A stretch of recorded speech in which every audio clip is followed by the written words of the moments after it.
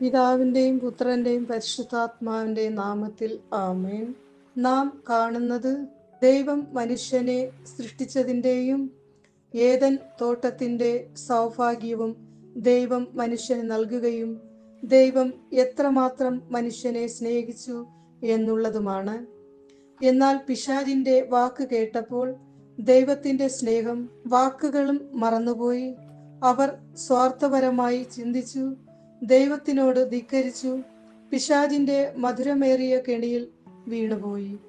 നമ്മുടെ ജീവിതത്തിൽ പ്രലോഭനങ്ങൾ ഉണ്ടാകുമ്പോൾ നാം ദൈവത്തിൻ്റെ സ്നേഹത്തിനെതിരായി പാപം ചെയ്യാതിരിക്കുവാൻ പരിശ്രമിക്കാം. തിന്മയുടെ പാത വെടിഞ്ഞ് നന്മയുടെ പാതയിൽ ചരിച്ച് ദൈവത്തെയും സഹോദരങ്ങളെയും സന്തോഷിപ്പിക്കാം.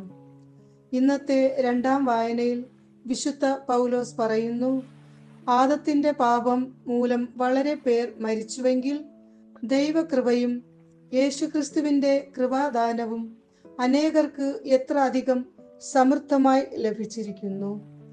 നമ്മുടെ മാതൃക നിറഞ്ഞ ജീവിതം വഴി സ്വർഗത്തിനു വേണ്ടി നിറയെ ആത്മാക്കളെ നേടാം. നമ്മുടെ ചിന്തകളും വാക്കുകളും പ്രവൃത്തികളും വിശുദ്ധിയിൽ സൂക്ഷിക്കാം.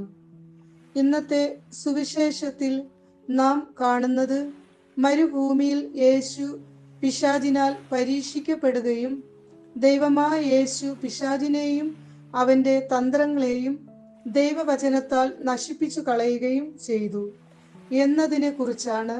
നമ്മുടെ ശരീരത്തിനും മനസ്സിനും താൽക്കാലികമായി സന്തോഷം നൽകുന്ന ആഗ്രഹങ്ങൾക്കായി വ്യഗ്രത കൂട്ടാതെ പരിശുദ്ധാത്മാവിൻ്റെ സഹായത്താൽ പിശാചിൻ്റെ തന്ത്രങ്ങളെ മനസ്സിലാക്കാം. തിന്മയെ ദൂരെ അകറ്റി നന്മ നിറഞ്ഞ ജീവിതം നയിക്കാം. അതിനായിട്ടുള്ള കൃപാവരങ്ങൾ പിതാവായ ദൈവം നമ്മൾക്ക് ഓരോരുത്തർക്കും നൽകട്ടെ എന്ന് പ്രാർത്ഥിക്കുന്നു.